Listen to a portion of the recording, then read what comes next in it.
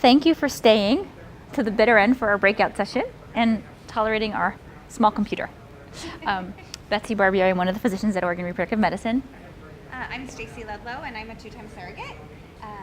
Was also a patient with ORM before I now am blessed to be able to work with them and help with all their global programs, including participating in and having babies conferences all over the world. So it's been amazing. So we cherish our work with LGBTQ communities and families, and have been able to work with kind of a large group of them. And we are proud to offer an unlimited number of stage 1 GPAP discounts for the Men Having Babies participants. Who am I? I'm a doctor at ORM. I'm a mom of 3. I know why you want to go through this process. I've been through IVF myself, so I understand what your egg donor and your surrogate are going through as well. These are my 3 kids. This last one is IVF, not the blue one, the redhead. I've been with the clinic since 2009. I'm a mom of 3. My husband and I completed our family, and then I helped 2 family, a heterosexual couple. I carried twins for them, and then I carried a singleton for 2 dads. Both families live in Israel. So a little bit about Oregon Reproductive Medicine, or as we refer to ourselves, ORM. We're an IVF program. We were founded in 1989 and have experience with more than 25 years of building families. We're one of the larger fertility clinics in the United States, and we do about 2,000 treatment cycles a year. And we do more IVF surrogacy cycles than almost any other clinic in the US, with over 300 donor egg surrogacy cycles every year. So we have a lot of experience in that. We're really proud of the fact that we have high success rates and are some of the top 5% in the country amongst all age groups. So we stand behind our product that if you come to work with us, we're going to do whatever we can to help you have a baby. Part of what contributes to our success rates is our embryology clean room. So the IVF lab is a critical piece of success, and we have an excellent lab that does that. And our goal for you is success in the first time of your embryo transfer for a healthy baby. So a lot of people here are from Chicago or New Orleans or other places. So why are you going to travel all the way to Portland? Marijuana is legal, sure, but we're not going to let you do that because you're not supposed to do that for your sperm. So why else are you going to come there? For IVF, as I mentioned, you want to be in a program that has a lot of experience with this particular type of treatment. Because as Dr. Ringler mentioned in his talk earlier, there's a lot of complicated moving parts, and you want to make sure that the person you're working with is really facile in dealing with those moving parts, and that the whole staff is completely familiar with it, and it's not something unusual or different about it. We have our own egg donor pool that we screen extensively, as I had mentioned in my previous session, so we feel really confident about them in terms of leading to success. And then for surrogacy, Oregon as a state has the second most number of surrogacy agencies, second after California. California's twice or 3 times the size of Oregon. It's legally a very friendly state for surrogacy, which is partly why we have been blessed to be able to do so much surrogacy because of that. Okay. Interestingly, it has the lowest rate of preterm birth in the United States. I like to say it's because we have a lot of farmers markets and our surrogates all eating organic food. Okay. Who are we in total? There's over 125 team members in our practice helping to help you grow your family. We have 6 board certified endocrinologists, so 6 doctors, an awesome team of 6 embryologists. These are the scientists in the lab, putting egg and sperm together to make embryos. I always call them your baby's first nanny, or nannies, because they happen to be all women. We have a 6-person in-house genetic counseling team that helps navigate all about genetics, because that's such a broad term between your family histories, your genetic screening, your donor's genetic screening, your embryo's genetic screening. And so they walk you through all of that. And specifically for egg donor surrogacy, we have over 25 people dedicated just to that part of the practice. Our egg donor database, we have about 150 donors in our program. These are all fully screened and pre-approved, so anyone you pick is ready to go, and we've already all signed off on them. It's not like picking a donor from an agency who then I would review and say, she looks absolutely lovely, but her AMH is super low, and I don't like her family history, so I don't think you should work with her, and which is super disappointing and takes a long time. And you've already now invested in that agency, so you're not going to recoup the cost of that investment. And as I mentioned earlier, we have a 7% acceptance rate. One of the things that we're really proud of is our GIFT. It stands for Genetic Information Family Tree. So every single one of our donors not only fills out this questionnaire and we do their genetic screening, our genetic counselors spend 30 minutes with them talking about them in detail. So your grandfather died. How again? A stroke. Well, how old was he? Well, he's actually 55. Oh, that's interesting. Let me think about thrombotic events in your family. So they create this profile for you so you understand what the donor's bringing, and then it's also something that you're going to keep for your child's medical history. So if the pediatrician's worried about something and you're like, oh, well, it was from an egg donor, we just don't know. We tried to provide you with as much information as possible, so you'll always have that, which we think is really valuable. Okay. In terms of surrogacy, we have extensive experience. And most of the surrogacy cycles we do are for gay dads, whether it's a single sperm provider or a 2 sperm provider. So our staff is very well versed in that practice as well. You will find your surrogate through an agency, that is true. We then do rigorous medical screening of that surrogate to make sure that we approve her records and her uterus for the embryo transfer. We also partner with a number of surrogacy agencies that actually pre-review all the records. So if you're working with one of those agencies, then you know that the surrogate you're matched with, who you Skyped with, who you really like, is somebody who we're also going to be supportive of and like as well, which I think is really valuable. There are a lot of surrogacy agencies in Oregon. There's a lot of surrogates from Oregon. Your surrogate absolutely does not have to be from Oregon at all. And sometimes if you don't live here, it's almost nicer to have the surrogate live near you, so it's easier for you to be at the hospital when the baby's born or go to prenatal visits, things like that. Surrogates will travel. Surrogate would need to come to Portland for 2 visits. One-day visit for all of her medical testing from our perspective, and then the second visit would be for the embryo transfer. So that's it. She wouldn't have to spend a lot of time with us if she was staying lived in a different area. Okay. So when we think about not only helping you have a baby, we would keep harping on wanting you to have a healthy baby. And when we break that down, we think about it, what type of testing can we do prior to creating the embryo to optimize health, and then what sort of testing do we do once the embryo is created to optimize health. So we do looking at family history for both you and the donor, and then doing a blood test to look for genetic carrier screening. So if you happen to carry a gene you don't know you have, it's a silent gene, it's not causing any impact on your health because the disease that is caused by such genes requires the presence of 2 genes. So one from you and one from the egg donor, and then the baby would be affected. Or one from your mom and one from your dad. So we all have something. If you carry something and your partner carries something else, you want to make sure the donor doesn't also carry one of those same 2 things. So we screen all of our donors, and then we would recommend screening you as well. If this donor carries exactly what you have, pick a new donor, right? It's easy. If you say, this is the only donor for us, then we can also do genetic testing on the embryos to rule out that disease. But usually it's easier to pick a new donor.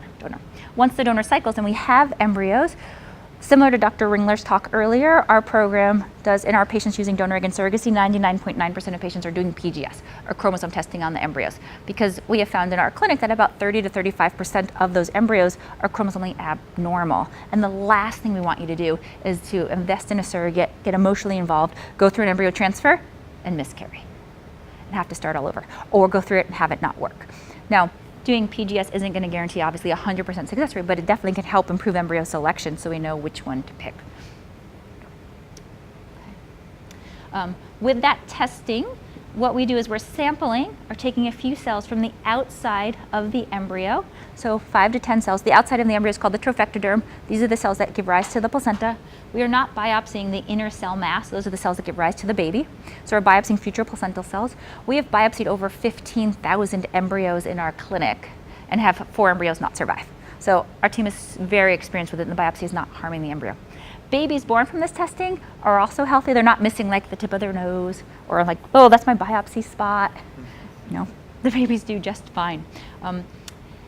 Once we biopsy the embryos, then we freeze them and we send the cells off to the genetic company to be tested, and a week or 2 later we get those results. And this is also when we know all 46 chromosomes plus X and Y, so if you want to know the gender of the embryos, we're happy to share that. If you say, this is all so planned and medical, we want one surprise in our life, we're happy to not reveal that information. So when we think about why might somebody want to do this type of testing, we feel like it just helps accelerate the selection of the best embryo. So if you have a donor, she makes 25 eggs, 20 are mature, you get 10, and then of that 7 fertilized from each of you, we end up with 4 embryos from each of you, and we're going to pick them to put back. We want to make sure we're picking the right embryo to put back and not waste your time with failed transfers over and over again. Put the poor surrogate through that, who's then going to internalize, like, what am I doing wrong? Why is this not working? Possible risk of miscarriage. So it's just going to get us closer to shortening the length for you having a successful baby. Okay. In terms of success rates, you're going to hear different things from different people and references to different websites at which to look at those success rates. In general, based on our data, transferring a single embryo is going to be, it's actually a little bit higher, kind of between a 61 to 70% chance of success at ORM between using a single embryo and a surrogate. Transferring 2 embryos, obviously, is going to be a lot higher. It's about 90% success rate. However, about 60% of the times there are twins. And if everything went perfectly, great, but twins definitely are higher risk pregnancies with higher risk of preterm delivery and complications of the baby. So we tend to lean towards single embryo transfers, but ultimately the decision is up to you, and we talk to you about your options. Part of in that decision making is that it'll take a lot longer to get matched with a surrogate who might be willing to carry twins, because that's less common. And so there's definitely been a movement in the field towards doing your first cycle and then doing a sibling journey. And we have a specific program for couples who want to do that, because we understand how much money you're investing in the first time around. We want you to be able to have the family that you want. So, okay, I'm going to turn it over to Stacie. I think I don't think you are even, hello, that's not even on. Can you hear me okay? Yeah. Oh, sorry. Okay, so throughout the process, I think I was asked majority of the time, like, why did I do this? How did I even get to the point of being able to move on to helping another family? Once I knew my family was complete, I could even wrap my head around that. I always knew I wanted to help another family.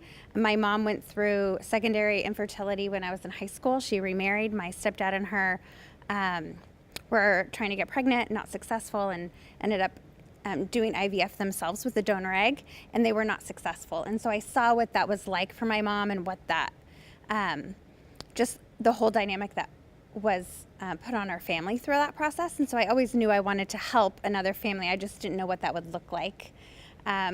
Once my family was complete, I went to my husband and talked to him about it. And I would say his only concern with me doing something like that was what my heart was going to be like at the end of it.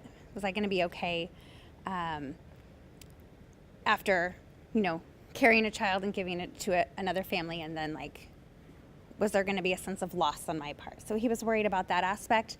And then I went to my kids, and I was able to talk with them, and they fully understood. That was important to me, that they fully understood that I wasn't giving away their brother or sister. And I think when my daughter jumped up and said, "Wow, Mommy, that's amazing," and the way I hear my kids talk about that, that whole process, and my mommy helped another family, it's really sweet. They were able to experience a kind of love I could have never taught them. I don't know how much time, a couple more minutes, okay. This is just like the daily medication that I would take that I have here. I can't really go through all this, but more than happy after this is expo time, and I'm rather, would be more than happy to kind of explain more in depth of that if you would like. These are the 2 families that I helped. I carried, like I said, for 2 families in Israel. This was me meeting my intended mom for the first time in person at the airport. So I was already pregnant with her babies. And the connection was real. There were no words to even put on it. Like when we saw each other, we ran into each other's arms, and it was very emotional, and the connection is still there to this day. I was fortunate enough to be able to meet the dads I carried for before we even signed contracts. They came to Portland, they dropped off their sperm, they met with the surrogacy agency, and we were able to meet my kids.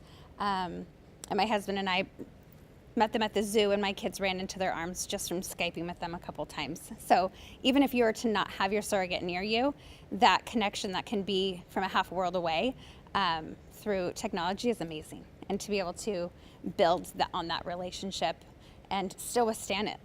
I've been to Israel since the babies were born and been able to visit, and they have plans to come here, and we've thought of, vacations in the future where we can meet up somewhere. And so that connection is probably even stronger than a lot of the friends that I have that live down the street from me. So they became like family to me, and something that, the aspect of the journey I never expected, because there are no expectations in that realm, but it was something that happened for me, and I was really happy to have that.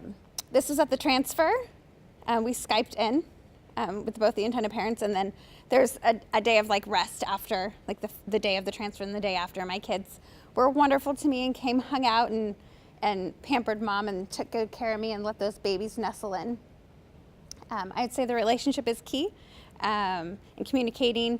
And if there's something that you want the relationship to be like with your surrogate, speak up if there's something that doesn't feel right. I think the surrogate's also wondering if she's doing everything that you would want in the journey.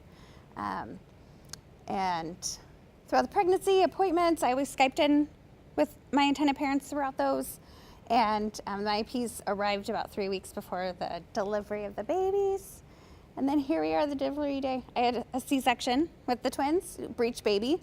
And then Dad and Grandma came to meet their babies, weren't quite there yet. And then the dads were in the room, and my doctor held their baby up, and then baby went straight skin to skin with both her dads immediately following delivery. It was like that. I would say this was like what I was waiting for the whole time. I mean, the C-section I couldn't even picture because I hadn't had one, but I was able to see that and like kind of the whole journey come full circle, which is really amazing. Do you have any questions before we head out? I have a question about like whether or not there's any correlation whatsoever between the length of freezing your embryos and like successful pregnancy. Not with our current technology, not that we've seen. If you hear anything like, well, you know, I did IVF back in 2002 and only 60% of my embryos survived the thaw, and I can't believe your doctor's saying it's 98%, maybe it's because my embryos were so old. The freezing technology has changed over time. But with our current technology, which is vitrification, like a fast flash freeze, the survival rate is 97%, whether you thaw them the next hour, the next day, the next month, the next year, 10 years from now. So they can stay frozen for a long time.